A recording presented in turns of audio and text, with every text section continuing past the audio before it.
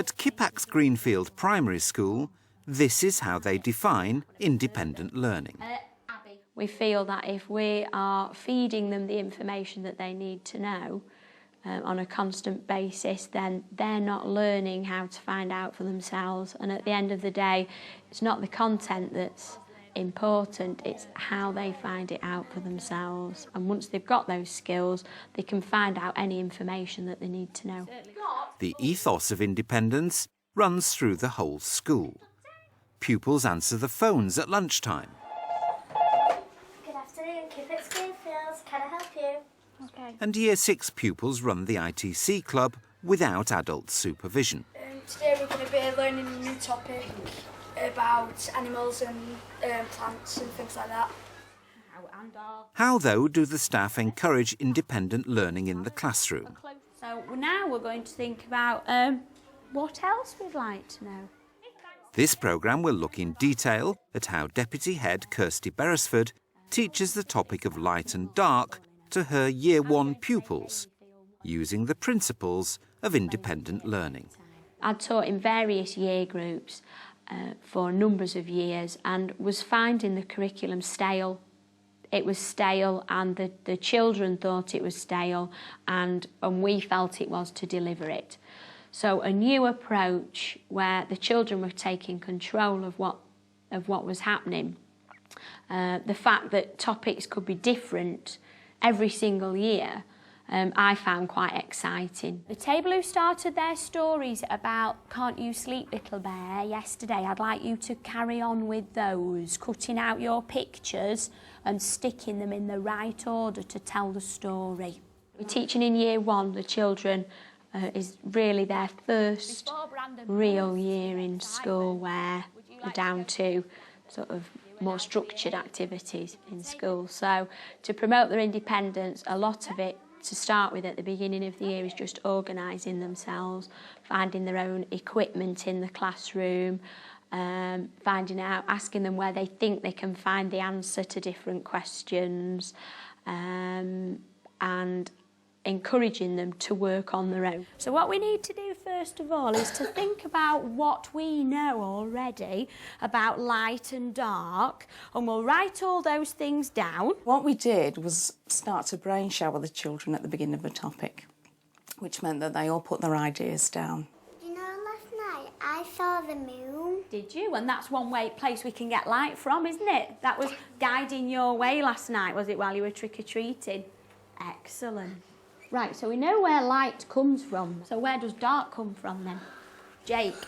From the sky when it's bedtime. And then just as a twist, we asked them to write 3 good questions that they would like to know about that topic at the end of their brain shower. The staff put them together, so there were all the children's 3 good questions, and we found out the children wanted to know so many more exciting and relevant things than the national curriculum was asking us to teach them. Yesterday, when it was our day at top, it stopped raining and we saw a rainbow. Did you? Excellent. Like that. Yeah, you can write. So how are rainbows made? So you do your question mark, Alfie. So do it on here. Yes, please. Yeah, that'd be super, Alf. Little line and a dot. So basically, we had a child-led curriculum. The children were involved in planning things that they wanted to find out. What they wanted to find out was sometimes 2 or 3 years in advance of what we were expected to teach them. But because they want to know, they're achieving at those levels. Teachers are excited and stimulated, children are excited and stimulated. And so we're not saying to those children, I'm sorry, we don't teach you that till Year 3, Spring Term 1, Week 15, Lesson 3. We're saying you can have it now because you need to know. I tell you what I'll do is I'll give you a minute with your partner, okay? And I want you to think of one thing that's not very good about the dark and one thing that's not very good about the light, the sunshine, okay? You might bang your head when it's dark. You can't see. And if you fall over, your bike about stabilisers, you'll bang it there. But I can ride my bike about stabilisers now. The world is moving at such a quick pace that they need skills to be able to survive when they get out into the big wide world.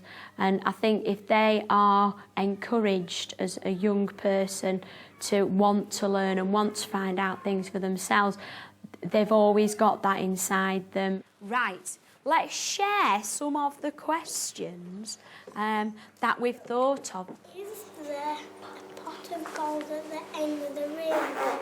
Oh, wow. I love that question. Why does lightning come before thunder? Oh, that's a good question. Where does the sun disappear at night? How do fireworks explode? I'm looking forward to sorting that one out. So as long as national curriculum is covered in a way that those learning objectives are met, Tell me again. everything else is up for grabs in the way that learning about the world should be. Well, how do lights work? They are very interesting questions, aren't they? I then take that away and spend possibly a day doing the planning. Planning is far quicker than it ever has been before because it's all coming from the children's ideas. So I can't actually do any planning at all prior to the topic, so during my school holidays, as I've done in the past. I have to wait until the children have generated the questions. Once those questions are generated, it probably takes maybe a whole day to plan an entire half-term's worth of work. It is far more quicker than planning has been in the past. What was your idea, Alfie? If we don't go to school in the morning and we keep in bed all morning, we miss school. Oh, would that be a bad thing? Excellent answer. So far with independent learning, I've taught it for two full terms, and which has been 4 topics. And in that time, I've never had to back up with any of my own activities. What the children have come up with has actually been in excess of the time slot. I think Miss B can have a holiday for a term now. You know so much about the light and the dark, don't you? That is an awful lot before we even start. As the topic moves along, the pupils create a circuit capable of lighting up a bulb. The work's racing ahead of what might normally be expected at this stage of Year 1. But that's because the pupils are asking to do it this way. This week, we are going to start answering some of the questions that we asked last week. But allowing pupils such control does present logistical problems for the staff. Short-term planning is a bit more difficult because it relies very much on what the pupils' contribution for that day and what they want to learn and what you see individuals doing. So, for example, children may not be grouped in the same groups at all for anything. The teacher, as they're going round, will see that these 6 particular children have got one area that they need teaching but could be put together. There could be some children who were working individually, like a Year 1 child wanted to make a chassis for a car, and I know that that's the DT lesson in Year 4, so the Year 1 child will access the Year 4 lesson. So basically it's very, very difficult. Sometimes it could be 30 individual lessons, and sometimes it can be groups, and sometimes it can be a class lesson. But what we're finding is that short-term planning is now done through discussion with pupils. And we're going to answer Beth's question this week. And Beth wanted to know how the electric lights work in the ceiling. So we need to work out how the electricity gets into the lights, don't we now? And then we're going to do 2 activities, okay? The first activity is going to be, I'm going to give you some electricity and I want you to make a light bulb light up for me. But I'm not going to tell you how, I want you to work it out. Do we need all them? You might not need all of them, Liam. I want you to work out which you do need and which you don't need to make your circuit. So I want you to make the bulb light up. My job is to teach them the skills that they need to be able to do that activity. And I do try as much as possible that the activity is not directed by me, so I'm not giving them the answer to the question. So if we clip that on there you go, it'll stay on. That's how the light works up there in the ceiling. Clever girl. It is time consuming. It's difficult to get your head round if you think, no, for years we have been teaching or planning one lesson for 30 children with a bit of differentiation thrown in, which has, had its place. But now what I'm asking the staff to do is maybe on occasions, have 30 different lessons. That seems very difficult. When I'm not asking for paperwork and I'm asking for them to plan through discussion with their pupils, that becomes much easier. This afternoon we're going to use our circuit that we made this morning, and we're going to make it into a model of something that really does use a light or a flashing light in it, like a lighthouse, okay? But we're making a lighthouse. How are you doing that? By putting that bit out, and there's a little hole where you put the light in. How has the independent learning model changed the way Kirsty operates as a teacher? There are times of the day when I stand back and I'm not needed to facilitate their learning. They're doing it themselves. In terms of time planning has been cut dramatically because you have time to go and sit and talk to children and spend time with children and find out, assess them individually even about what they know. So first of all, let's think about what we know about the light. Brain shower your class, see what they know.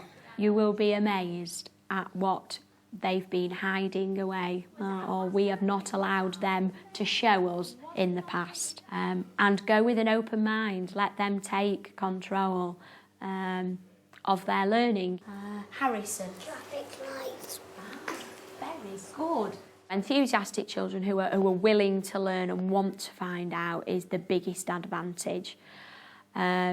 Second to that is the fact that it raises standards, without a doubt. A topic I've just done on light and dark, the children's questions when I've related them to the national curriculum are actually answering questions for the national curriculum for Year 2 and Year 5, and my children are in Year 1. Bearing in mind that our children are below national and local averages when they come into school, we're now having children achieving their end of Key Stage 2 levels, if you like, by the end of Year 3, Year 4 and Year 5. So we're already getting children achieving level 4s and 5s in Year 3, 4 and 5. And this is because the teacher isn't setting the ceiling and saying, I'm going to teach you what I need to teach you up to there. The children are setting the ceiling. They've got their own interests, their own values. And if that's a level 4 area that they want to learn about in Year 1, then so be it. Did it like that.